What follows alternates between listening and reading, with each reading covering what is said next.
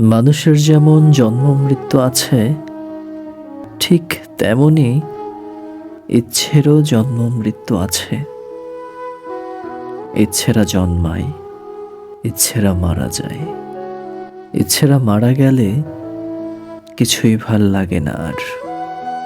লিখতে ভাল লাগে না, কথা বলতে ভাল লাগে না, গল্প করতেও ভাল লাগে না, আকাশ দেখতে ভাল লাগে না। আজ চাঁদ দেখেছেন, শুনতেও ভাল লাগে না। ইচ্ছেরা মারা গেলে তখন আর কারো শুভরাত্রি লাগে না, ঘুম পাড়ানিও লাগে না তার আর। সে তখন একা একা কথা বলে, একা একা বাতি নেভায়, আর একা একাই ঘুমিয়ে পড়ে, একা আকাশের মতো, একা আকাশের মতো।